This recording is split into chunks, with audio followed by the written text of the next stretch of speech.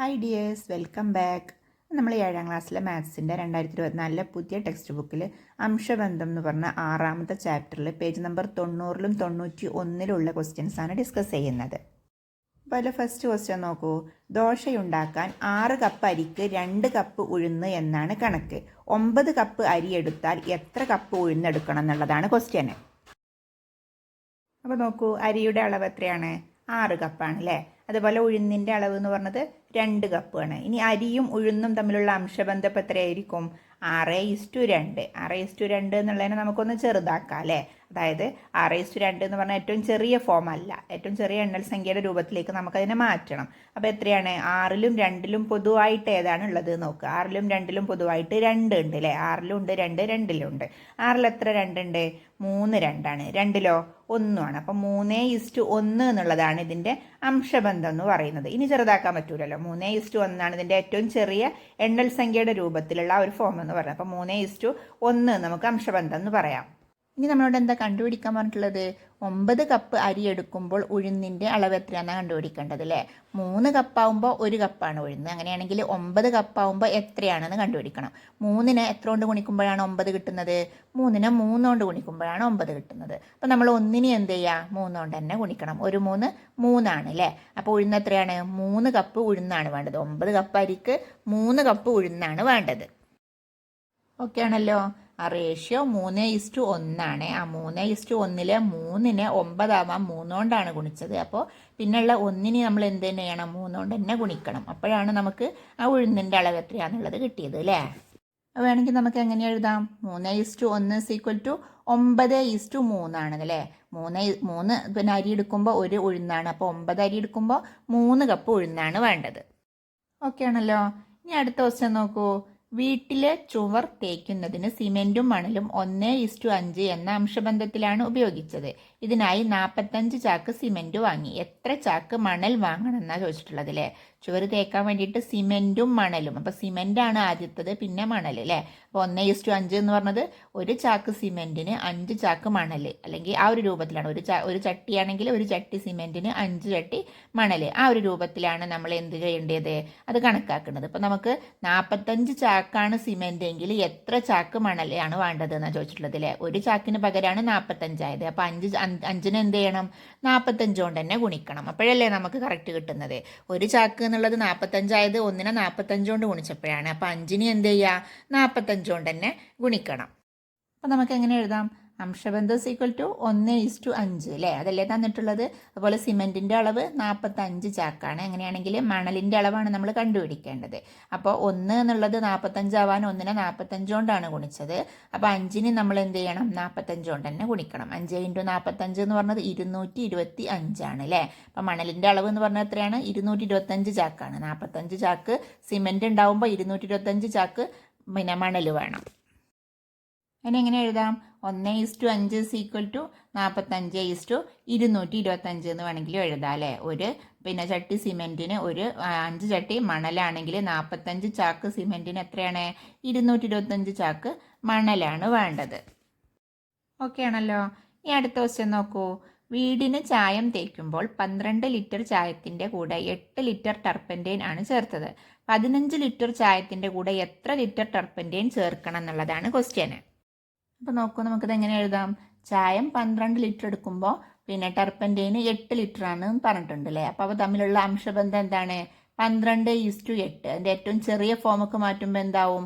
12ലും 8ലും പൊതുവായിട്ടുള്ളത് ഏതാന്ന് നോക്കുക. 4 2ലുണ്ട് അല്ലേ. അപ്പോൾ 12ൽ എത്ര 4 ഉണ്ട്? 3 4 ആണ്. 8ലോ 2 4 ആണ് അല്ലേ. അപ്പോൾ 3:2 എന്ന് എഴുതാൻ പറ്റും. ഇനി നോക്കൂ, നമ്മൾ എന്താ കണ്ടുപിടിക്കേണ്ടത്? ചായം 15 ലിറ്റർ ആണെങ്കിൽ ടർപ്പൻറ്റൈൻ്റെ അളവ് എത്രയാണെന്നാണ് കണ്ടുപിടിക്കേണ്ടത് അല്ലേ. അപ്പം അതിന് വേണ്ടിയിട്ട് 3:2 എന്നുള്ളതിൽ 3 പിന്നെ എന്താണ് 15 ആവുമ്പോൾ 2 എത്രയാവും എന്നാണ് നോക്കേണ്ടത്. അതായത് അവ തമ്മിലുള്ള റേഷ്യോ എന്ന് പറയുന്നത് 3:2 അല്ലേ. അങ്ങനെയാണെങ്കിൽ 15:2 എത്രയായിരിക്കും? 3നെ 15 ആവാൻ എന്തുകൊണ്ട് ഗുണിച്ചതാണ്? 5 3 ആണ് അല്ലേ. 15. അപ്പോൾ 2നെയും 5 കൊണ്ട് തന്നെ ഗുണിക്കണം. 3 × 5 ആണ് 15. അപ്പോൾ 2നെ എന്ത് ചെയ്യണം? 5 കൊണ്ട് തന്നെ ഗുണിക്കണം. അപ്പോൾ 2 5 എത്രയാണ്? 10 ആണ്. അപ്പോൾ 15 ലിറ്റർ പിന്നെ ചായ എടുക്കുമ്പോൾ ടർപ്പൻറ്റൈൻ്റെ അളവ് എത്രയാണ്? 10 ലിറ്റർ ആയിരിക്കും. ഓക്കെ ആണല്ലോ. അതായത് ചായം 12 ലിറ്റർ ആയപ്പോൾ ടർപ്പൻറ്റൈന് 8 ലിറ്റർ ആയിരുന്നു. അത് വെച്ച് നമ്മൾ അതിൻ്റെ അംശബന്ധം എത്രയാണെന്ന് കണ്ടുപിടിച്ചു. എത്രയാണ്? 3 ലിറ്റർ ആകുമ്പോൾ 2 അല്ലേ, 3 ആകുമ്പോൾ 2 എന്നുള്ള അംശബന്ധമാണ്, 3:2. അത് വെച്ചിട്ട് വേണം നമ്മൾ എന്ത് ചെയ്യാനായിട്ട്? 15 ലിറ്റർ ആകുമ്പോൾ എത്ര വേണം? ചായം 15 ലിറ്റർ ആകുമ്പോൾ എത്ര ലിറ്ററാണ് ടർപ്പൻറ്റൈന് വേണ്ടതെന്ന് കണ്ടുപിടിക്കാൻ. ചായം 15 ആയപ്പോൾ എത്രയാണ് നമുക്ക് കിട്ടിയത്? 10 ലിറ്റർ ടർപ്പൻറ്റൈനാണ് നമുക്ക് ആവശ്യമായിട്ട് വന്നിട്ടുള്ളത്. ഇനി അടുത്ത ക്വസ്റ്റ്യൻ നോക്കൂ. ഒരു പഞ്ചായത്തിലെ 1-ാം വാർഡിൽ സ്ത്രീകളുടെയും പുരുഷന്മാരുടെയും എണ്ണം 11:10 എന്ന അംശബന്ധത്തിലാണ്. ഇവിടെ 1793 സ്ത്രീകളാണുള്ളത്. ഇവിടെ എത്ര പുരുഷന്മാരുണ്ട്? സ്ത്രീകളും പുരുഷന്മാരും കൂടി ആകെ എത്ര പേരുണ്ട് എന്ന് കണ്ടുപിടിക്കണം.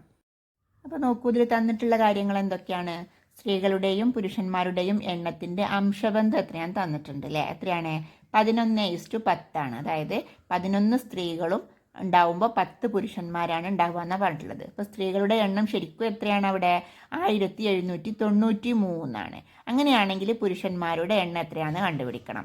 പിന്നെ 1793 സ്ത്രീകൾ എന്ന് പറഞ്ഞാൽ 11:10 എന്നുള്ള അംശബന്ധത്തിലാവുമ്പോൾ പുരുഷന്മാരുടെ എണ്ണം കണ്ടുപിടിക്കാൻ എന്ത് ചെയ്യണം? 1793 11 എത്ര കൊണ്ട് ഗുണിക്കുമ്പോഴാണ് കിട്ടുന്നത് നോക്കുക. 11 എത്ര കൊണ്ട് ഗുണിക്കുമ്പോഴാണ് 1793 എന്ന് അറിയാൻ വേണ്ടിയിട്ട് എന്ത് ചെയ്താൽ മതി? ഈ 1793 11 കൊണ്ടൊന്ന് ഹരിച്ചു നോക്കിയാൽ മതി അല്ലേ. എന്നിട്ട് ആ സംഖ്യ കൊണ്ട് തന്നെ 10 ഗുണിക്കുക. 11 ഏത് സംഖ്യ കൊണ്ട് ഗുണിക്കുമ്പോഴാണോ 1793 കിട്ടുന്നത്, അതേ സംഖ്യ കൊണ്ട് തന്നെ വേണം നമ്മൾ എന്ത് ചെയ്യാനായിട്ട്? 10 ഗുണിക്കാനായിട്ട്. ഇപ്പം നോക്കൂ, 1793 11 കൊണ്ട് ഹരിച്ചാൽ എത്ര കിട്ടുന്നത്? അപ്പം നോക്കൂ, 11 എത്ര കൊണ്ട് ഗുണിച്ചാലാണ് 1793 കിട്ടുക എന്ന് അറിയാൻ വേണ്ടിയിട്ട് നമ്മൾ എന്താ ചെയ്തത്? 1793 11 കൊണ്ട് ഹരിച്ചു നോക്കുക അല്ലേ. അപ്പോൾ നമുക്കത് കിട്ടും. അപ്പോൾ 1793 11 കൊണ്ട് ഹരിക്കാൻ വേണ്ടിയിട്ട് സൈഡിൽ ഞാൻ കാണിക്കുന്നുണ്ട്. ആദ്യം നമ്മൾ എന്ത് ചെയ്യുക? 17 എത്ര 11 ഉണ്ട് നോക്കുക. 17 എത്ര 11 ഉള്ളത്? ഒരു 11 അല്ലേ ഉള്ളൂ. അപ്പോൾ മുകളിൽ നമ്മൾ 1 എന്ന് എഴുതാം. ഇനി എന്താ ചെയ്യേണ്ടത്? ആ ഒരു 11 എത്രയാണ്? ഒരു 11 അല്ലേ, അത് 17ൻ്റെ താഴെ എഴുതി കൊടുക്കണം. അതിനുശേഷം നമ്മൾ 17 11 കുറച്ചിട്ട് അതിൻ്റെ താഴെ എഴുതുക അല്ലേ. 17 11 കുറക്കുമ്പോൾ എത്രയാണ്? 6 കിട്ടൂലേ. അപ്പോൾ താഴെ നമുക്ക് 6 എന്ന് എഴുതി കൊടുക്കാം.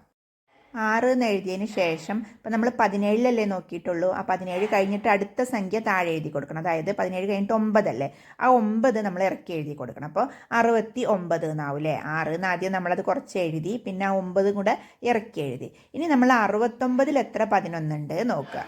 6 11 66 അല്ലേ. അപ്പോൾ നമുക്ക് 6 11 69 അപ്പോൾ നമുക്ക് മുകളിൽ 6 എന്ന് എഴുതി കൊടുക്കണം. ഇനി നമ്മൾ നേരത്തെ ചെയ്ത പോലെ തന്നെ 6നെ 11 കൊണ്ട് ഗുണിക്കുക, എന്നിട്ട് അത് താഴെ എഴുതി കൊടുക്കുക. 6 11 എത്രയാണ്? 66 ആണല്ലേ. അപ്പോൾ 66 നമ്മൾ എവിടെ എഴുതി കൊടുക്കണം?